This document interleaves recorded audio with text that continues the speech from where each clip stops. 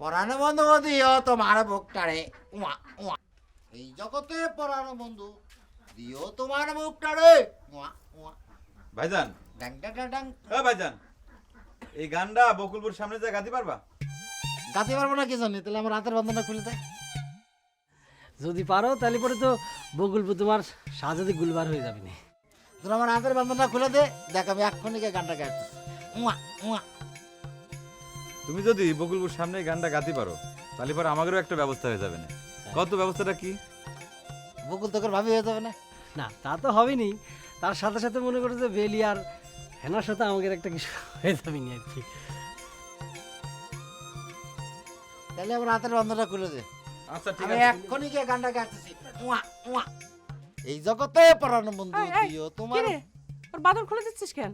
আমা, ওই ভাইজান গুলো কি যে তার হাতের ভিতর নাকি একটু ব্যথা করতেছে সেই জন্য বাদন খুলে দিচ্ছে। না, আমি তো তা কইনি। ওরা আমারে কইতেছে যে বকুলের সামনে গিয়ে গানটা গাইতে পারলি ওই বকুল ওকে ভাবি হয়ে যাবে নি, আর বেলিয়ার রানের সাথে একটা কিছু হয়ে যাবে নি, উয়া উয়া হয়ে যাবে। এই মিথ্যা কথা বলছি। কি করতেছিস রে? কি করছিস তোরা?